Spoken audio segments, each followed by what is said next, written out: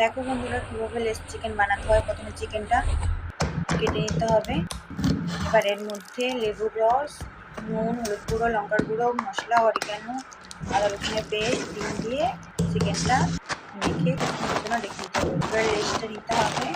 লেসটাকে একটা জায়গার মধ্যে ঢেলে হাতের সাহায্যে গুঁড়ো করে নিতে হবে। এবার একটা ডিম নিয়ে ডিমটা ফেটিয়ে রাখতে হবে। এবার চিকেনটা ডিমের মধ্যে দিয়ে লেসের মধ্যে কোট করে তেলের মধ্যে ভালো করে ভেজে নিতে হবে, উল্টে লাল করে। হয়ে গেল লেস চিকেন। ওয়াও, দারুণ হয়েছে তাই না?